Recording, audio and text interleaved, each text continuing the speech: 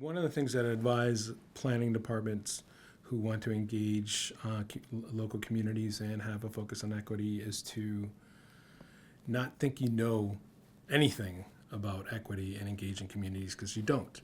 So you're going to have to bring in people who do, and you're going to have to listen to them.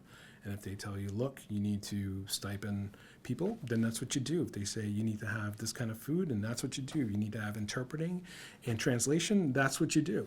You don't come in thinking that this is the process that you've thought of in your office amongst your colleagues, and you're going to somehow, because you have some money to put out there, that people are going to buy into it.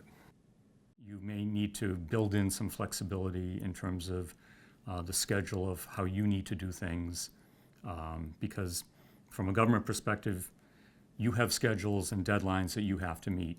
Factor in extra time for this process. It may be difficult to get initially the buy-in from people who may have a skeptical attitude that government is knocking on their door, asking them what they think. People do not automatically embrace that. So we had to work to generate that trust. Don't assume just because you haven't had a storm of controversy over the previous 18 months that in the last 3 that will continue to be the case.